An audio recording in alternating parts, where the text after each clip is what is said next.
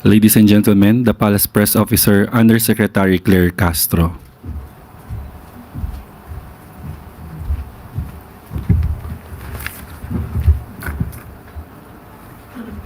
Magandang araw, Malacanang Press Corps. We have an official statement. The President spent the night under medical observation as a precautionary measure after experiencing discomfort. His doctors advise rest and monitoring, and his condition remains stable. The President continued to carry out his responsibilities while under medical observation and has returned to Malacanang. At maaari na po akong tumanggap ng inyong mga katanungan. Para po sa unang katanungan, Maricel Halili, TV5.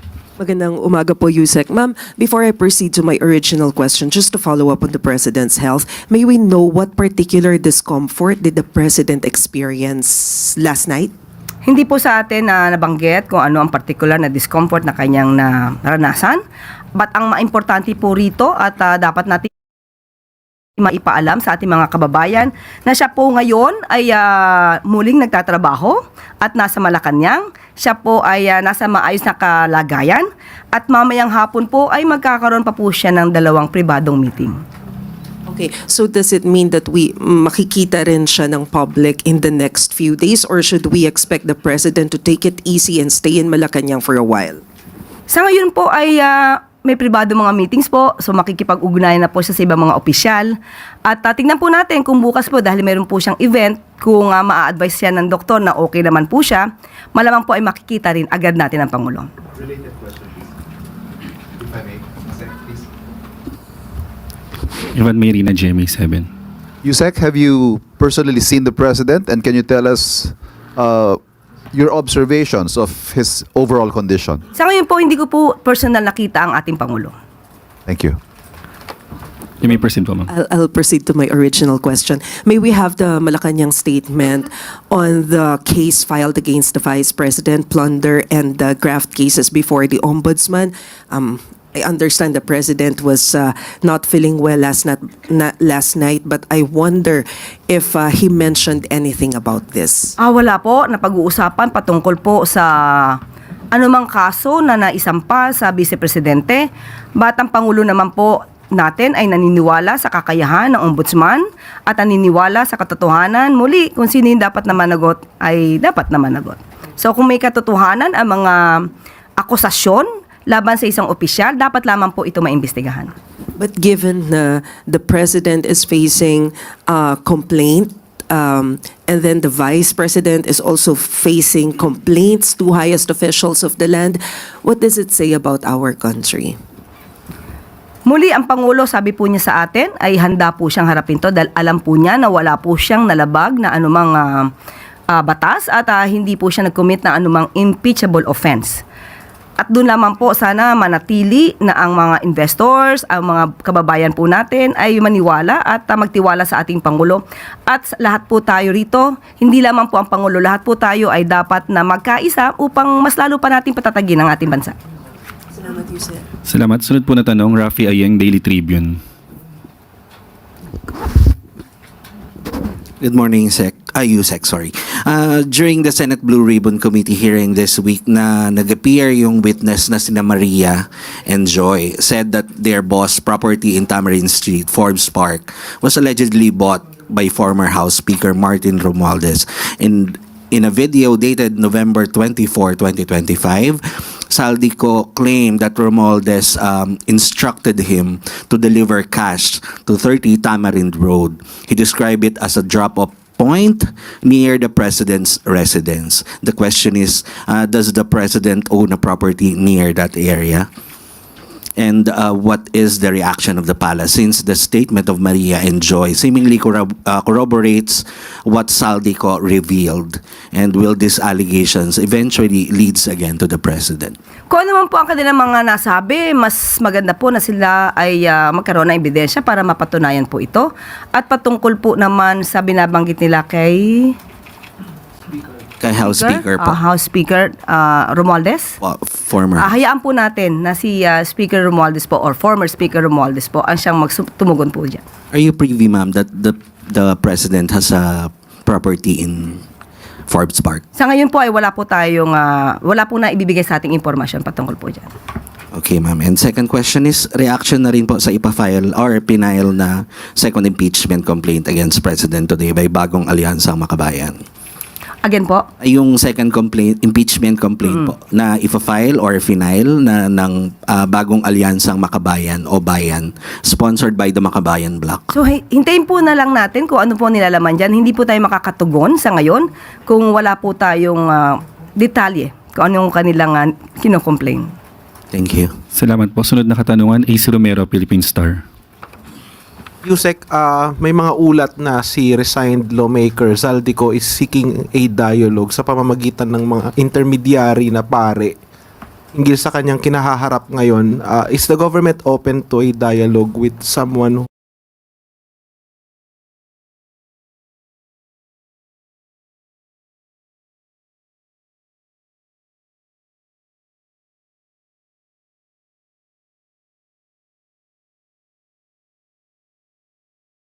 who has been charged in relation to the flood control scam, and what parameters are we going to set in case we decide to hold talks with him?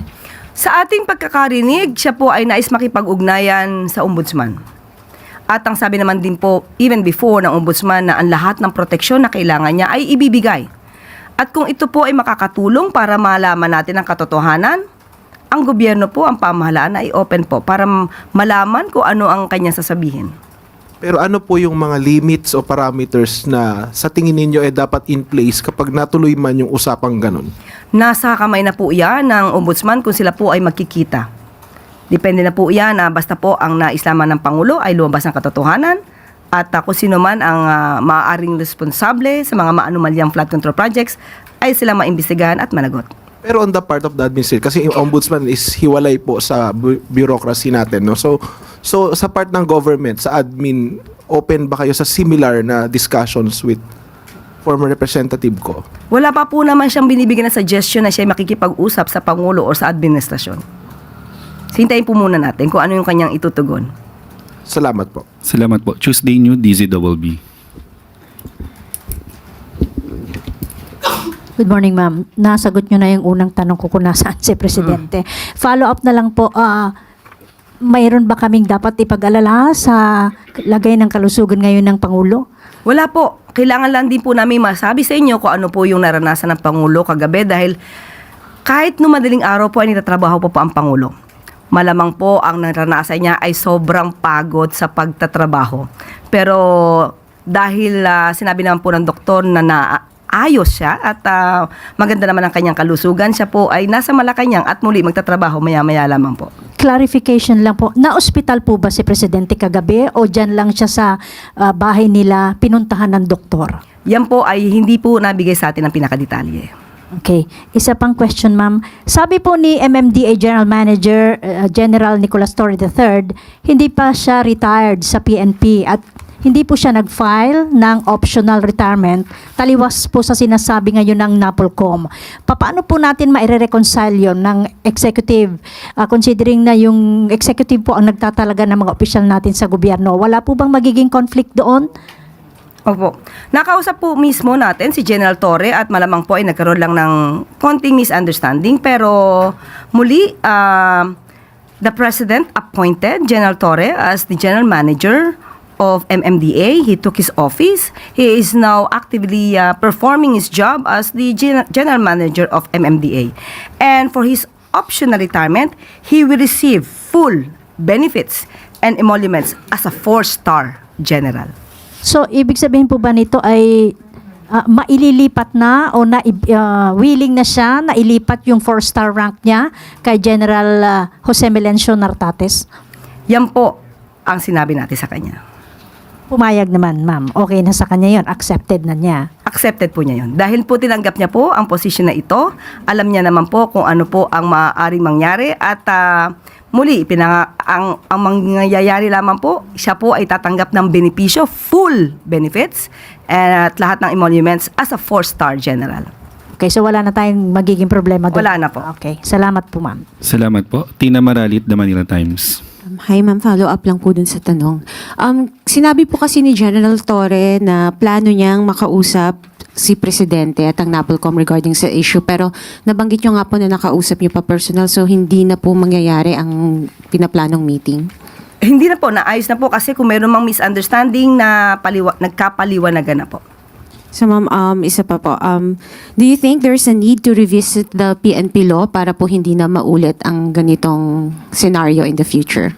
Maaari po kung ganito po ang nangyayari at nagkakaroon po ng misconception sa mga provisions ng batas, maganda po ma-revisit at malaman kung ano ang dapat na mabago. Salamat po. Sunod po na tanong, Clay Pardilla, PDV4. Good afternoon po, Yusek. TomTom Traffic Index report says that the Philippines is the most congested in Asia. How optimistic is the government that investments will continue to flow into the country despite having flood control issues and political noise as well? Una po, nagbigay na rin po ng pahayag at aking babasahin kung ano po ang pahayag ni MMDA Chair Don Arte sa nasabing issue at particular po sa ASEAN. As far as ASEAN is concerned, may mga preparations na including EDSA rehabilitation from MOA to Orense. May mga inilatag din na traffic measures sa venue and nearby areas. With the addition of General Torre as the new General Manager of the MMDA, he comes with a new perspective na ngayon ay inaaral. We will simulate and soon implement. So, makakaasa po kayo, ito naman po ay tinutugunan at hindi naman to tinutulugan ng pamahalaan. Nagkakataon lamang po talaga siguro, may mga pagkakataon na may issue about traffic. Pero ito po ay tinutugan naman po ng ahensya. Chloe Hofana, Business World. Yusek, last Tuesday, nag-meeting po si Presidente and Governor Remolona. May we ask for further details? Ano po yung napag-usapan nila? Okay, ito po yung mga highlights sa meeting. Patuloy na nanatiling mababa at kontrolado ang antas ng headline inflation at inflation para sa pinakamababang 30% ng income household sa bansa. Nananatiling kontrolado ng pamahalaan ang mga posibleng panganib sa inflation outlook at inaasahang pasok pa rin sa itinakdang target na antas nito sa taong 2026 at 2027. Ang produksyon ay naapektuhan ng mahinang kumpiyansa ng merkado, ngunit inaasahan ang unti-unting pagbuti ng ekonomiya simula sa second quarter ng 2026 hanggang 2027. Gayunman, nananatiling mas mabigat ang mga hamon sa paglago, lalo na kung mas mabagal ang pagbabalik ng tiwala ng mga namumuhunan at consumer. Sa usapin ng pamilihang pinansyal, ang paghina ng piso ay dulot ng kakulangan sa balanse ng kalakalan at pananalapi. Hindi lamang ito nararanasan ng Pilipinas sapagkat maging ang ibang bansa sa Asia ay may katulad na kalagayan. Nakakaranas din ng paghina ng kanilang mga pera noong 2025. Ipinakikita rin din nito ang pangkalahatang pag-igting ng US dollar at ang inaasahang pagkaantala sa pagbaba ng interest rates ng US Federal Reserve. So mas nakatuon po ang BSP sa pagpigil sa labis na paggalaw ng halaga ng piso kaysa sa pagtatakda ng tiyak na antas ng palitan. Yusek, last week, before yung back-to-back na record low peso level, sabi po ninyo na wala pang immediate need for the BSP to intervene. Do we still stand by that statement?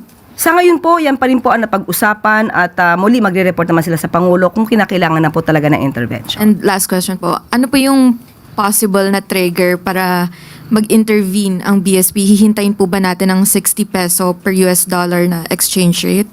Ayaw po sana. Ayaw po ng Pangulo na umabot pa to sa 60 pesos na palitan. So, abangan na lang po natin kung ano po muli ang mapag-uusapan at kung ano ang gagawin po ng BSP patungkol po dito. Salamat po.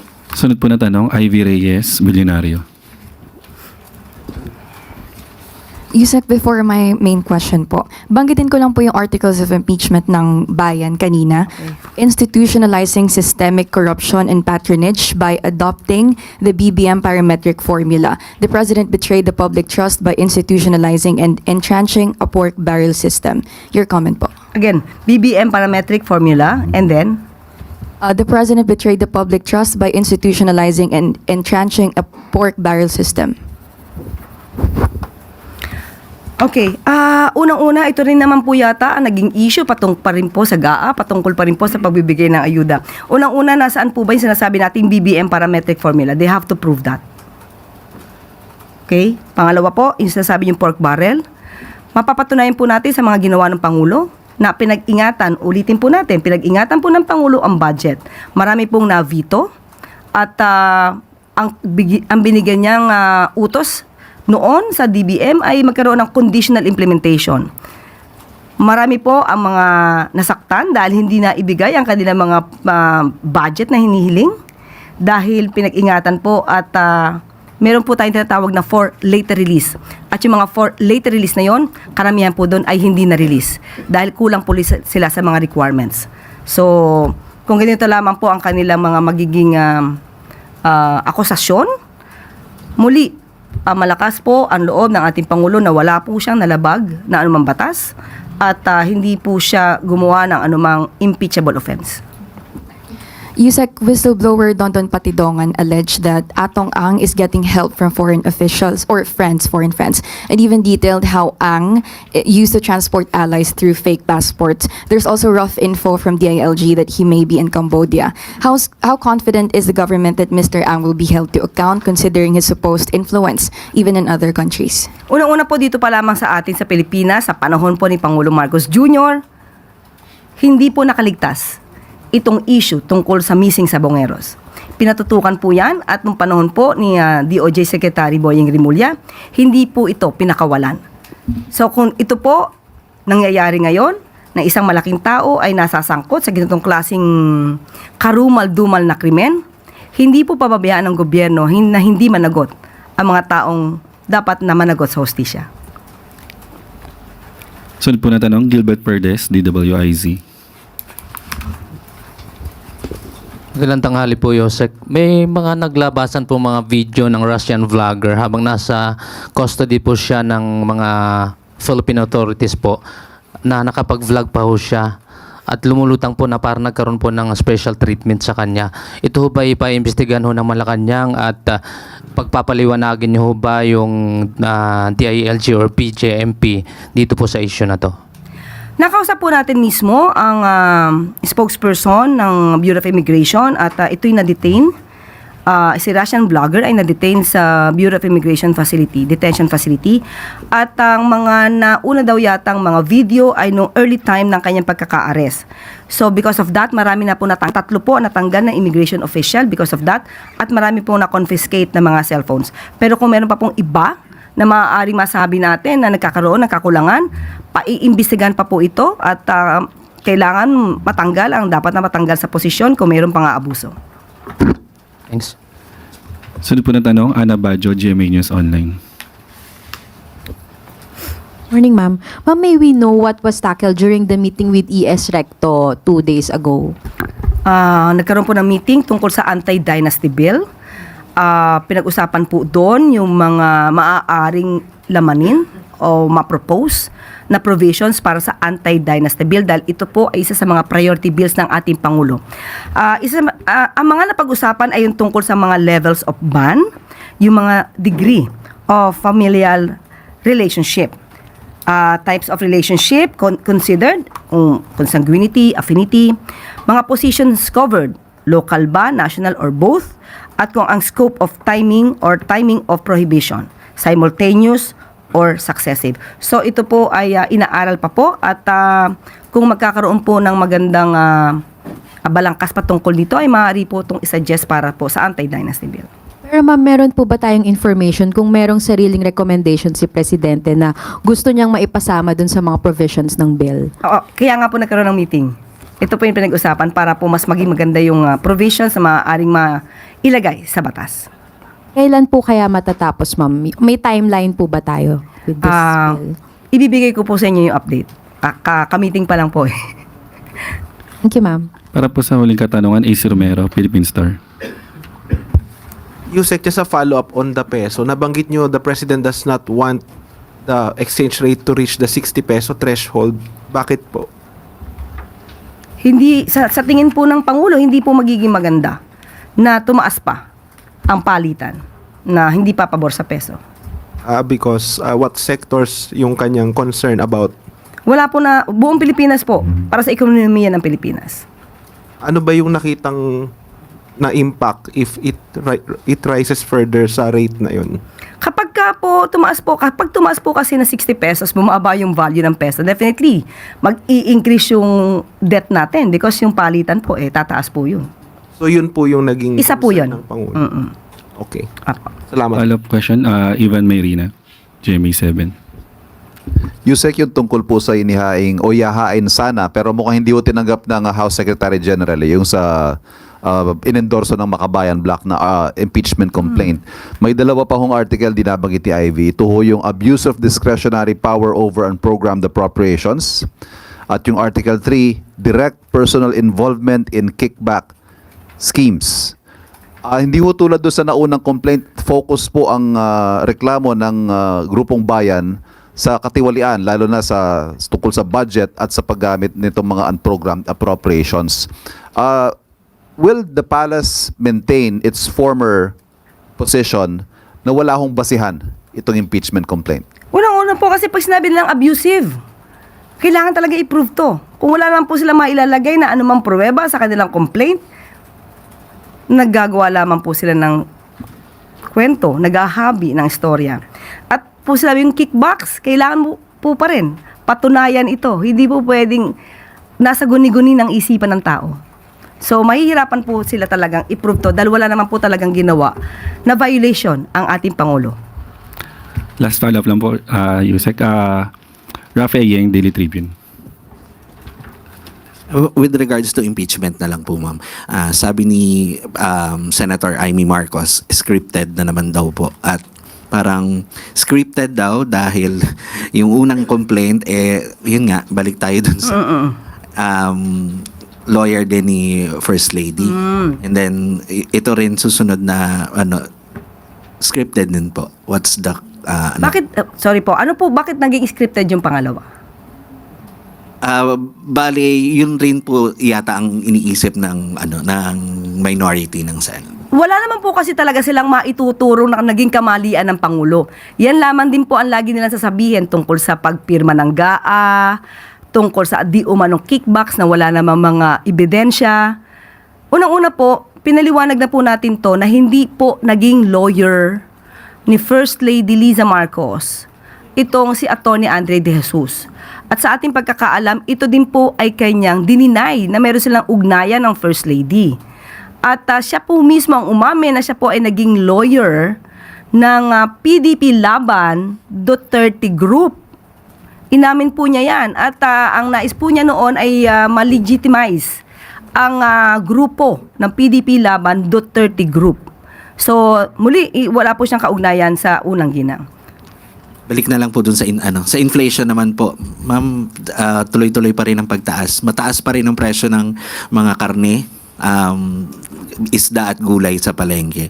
And what is the intervention of the palace on this? Sa ngayon po, tatanungin po natin si Secretary Kiko kung ano ang pinaka-estado dito. Wala pa po tayo kasing konteksto dyan.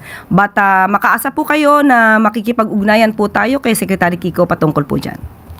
That's the last question, Yusek. Thank you po. Okay? Salamat.